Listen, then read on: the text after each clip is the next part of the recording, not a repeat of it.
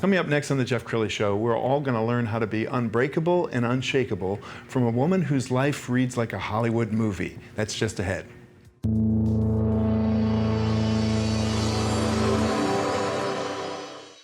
Many are predicting that the worst is yet to come, which is unfortunate, said one person here.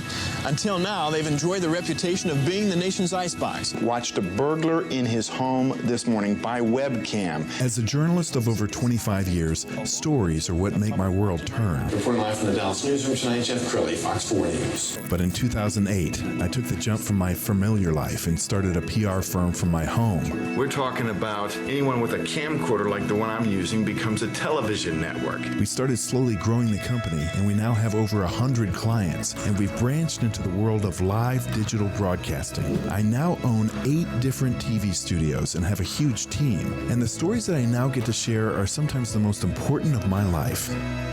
Life has a funny way of coming around full circle. This is The Jeff Crilly Show. Well, there's that old saying, it's not how many times you get knocked down, it's how many times you get up. We all have suffered adversity. Maybe it's a loss of a loved one, loss of a job, a divorce, something like that. But you really need to find another gear and pick yourself back up again. And to talk about that today, somebody who knows a lot about picking herself up, ILONA Pewanakawa, and she is a best-selling author 7 times, unbelievable, a speaker, international speaker, and how many TED Talks have you done now? It's going to be my 3rd time coming up, so. Amazing, amazing. Well, I can't wait for my audience to hear your story. Start at the very beginning. So, well, I was born in the country of Georgia, Republic of Georgia, which is former Soviet Union, and I was born in a communist country, communist regime. I endured lots of ethnic discrimination because I don't look anything like my country, people in my country would do, because my mom is from a different country, Ukraine, married the guy from a completely different ethnicity and culture and languages from Armenia, and lived in Georgia. So when I was born, I was actually refused and denied by my grandparents because I didn't look like them. And they were embarrassed even to rock me, to put me to sleep. They never acknowledged me as their grandchild because I looked different. And when I went to get baptized, the priest refused to give me a second Christian name because I don't look nothing like Armenian. So he had to ask and doubt so many questions. So I was the last one in line for him to give me the name. But today I'm very renowned best-selling author. I have finished my bachelor in 1 year with a 4.8 GPA, so I'm very proud, mother of 3, and I am not gonna stop until I reach more dreams, and I cannot wait to help others to reach to their and to find their identity and to be resilient into knowing who they are. Absolutely, and you kind of skimmed over your childhood, but you witnessed the fall of the Soviet Union. You remember hunger, you remember cold. Tell us about that. The biggest thing that I remember during this time, and my mom saying, because my dad had a very good reputation and good position. He was a chief of the Security International Airport. So every time he wanted to buy something, he actually flew to a different country to buy us the best food ever. We actually ate caviar with a spoon, and we had to throw it away. We had life, we didn't appreciate nothing. I remember my mom was saying, I wish time will come where you would appreciate this loaf of bread you have just thrown away. And yet you know that the war began. We had nothing. We went from having everything, from having zero. I used to eat snails. I used to eat sparrows. We would stand for hours on a line to get a quarter of bread for 4 of us to last for 2 days. We were crying for food. I would eat the moldy bread. I would lucky if I would eat something. I would go to the school in an empty stomach. You could hear our stomach grinding because of the hunger, devastation, the cold, the fear of unknown.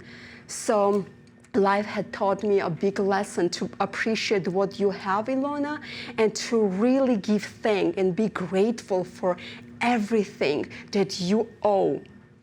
I got goosebumps. We found a great video on her website. Let's go ahead and roll that now.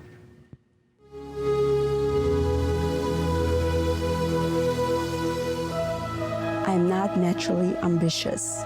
Life made me determined. I lived to keep my dreams alive. I came to realization that in order to achieve anything in my life, I would need faith in myself and vision, determination and dedication. Most of my life required taking risks, to close my eyes and follow my heart. Sometimes I fell many times, I stumbled, but life did not forget about me. Life did not leave me staying down. Life never beats us down. It has no power to do so. It is hard to finally see, and I have not fully come to see it yet myself. But everything in life happens for the reason. And I started to understand difficulties build a strong character in us, shapes us, bends us, humbles us. It reveals to us our abilities to survive and strive, win, lose, and conquer. No matter what has happened to you in the past, in your childhood, or what is going on in your life at this moment, I am confident in saying it has no power to keep you from having an amazing future. I have released the most beautiful book ever written, a book that is going to change the world. This book uplifts people, awakens people, and sets them free. It sets a path for the new generation of forward-thinking individuals who are tired of the status quo, individuals who are highly creative and motivated to create a change.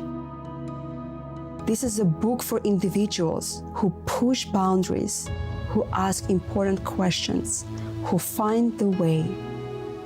It is the book for the warriors who do not just talk empty words, but who live and breathe what they say.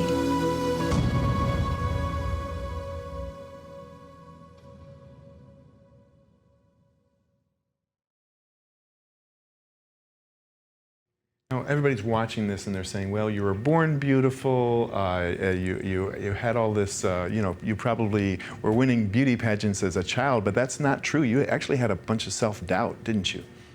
Big times. Like I said, from the rejections from my own grandparents, not being rocked when I needed to rock, not being fed when I was hungry to help my mom somewhere. And my own relatives have mocked me ugly when I was growing up. They would always accentuate my facial features and saying, look, those features, they're not pretty, they're so ugly, they're nothing like our features. And your skin tone is different, your hair color is different. So everywhere I would hear that, so of course I would grow up as thinking that was true. And you went on to win a beauty pageant. Yes, that was a miracle on itself, and I'm so happy, for me to get through that milestone. As it was post-war, we would walk down, after the school was over, and I saw the flyer hanging over the door in one of the schools. So we read the flyer, and the flyer said, if you are interested, we are conducting our first annual beauty pageant. And so if you're interested, please stop by at our office on Monday at 6 p.m. for preliminary viewing and cut. So I'm like, yeah, right, that's not gonna happen. Why do I have to embarrass or humiliate myself one more time if I already got information that I am ugly? Why do I need somebody else to tell me that again? So yet my sister was with me and some of my friends, they encouraged me, Ilona, you have nothing to lose. Just go there, just try. So I went there, I got the first cut. So they invited me again to preliminary. So I went another cut. I went through the 2 more cuts until I'm on the stage, got another cut from the stage, got to the semifinals, to the finals, and then finally.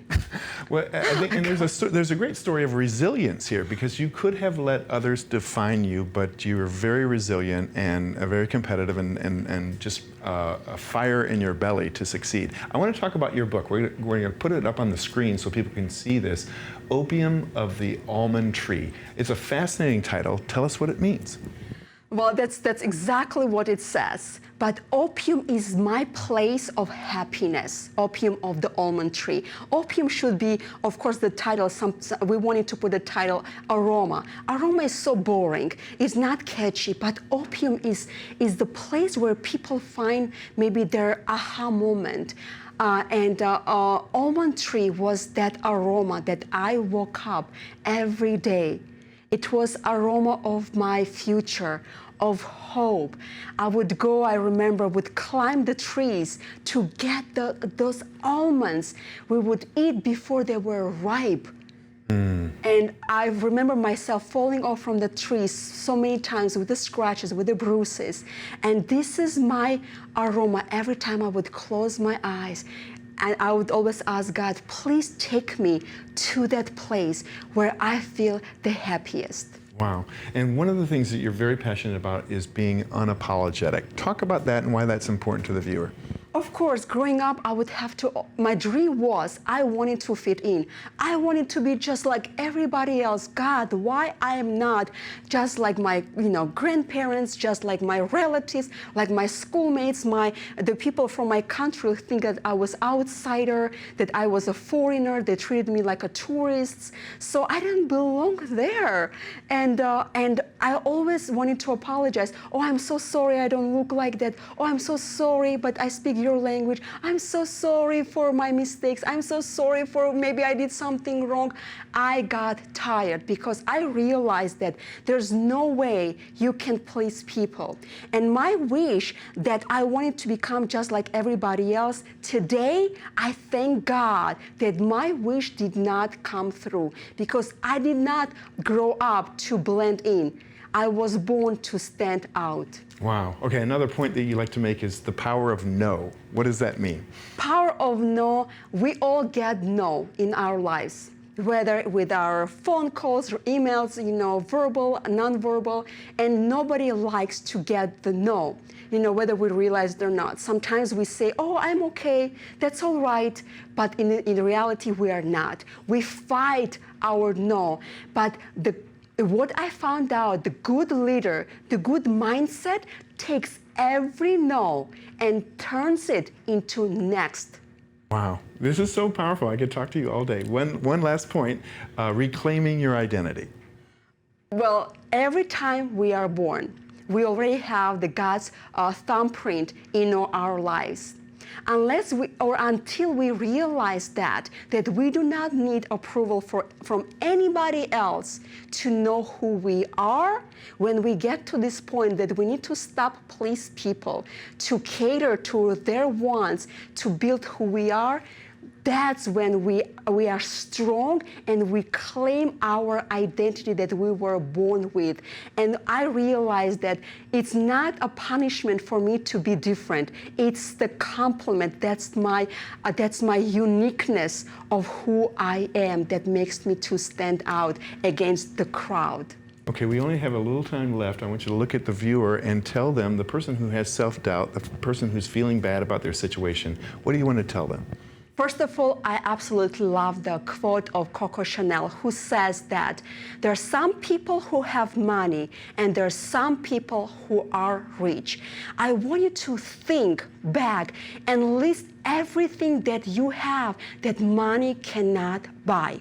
How many times do we wake up and thank our hands because we have them? How many times we wake up and say, praise God, we open our two most important gifts that are our eyes to thank them. So start there. I want you to understand that you are marvelously and fearfully made. You do not need approval from anybody else to know who you are because you are undoubtedly God's masterpiece. His identity, His uniqueness, His likeness is in your image, and you are amazing. Wow, well, that's a great way to end this show. We're going to end with her website.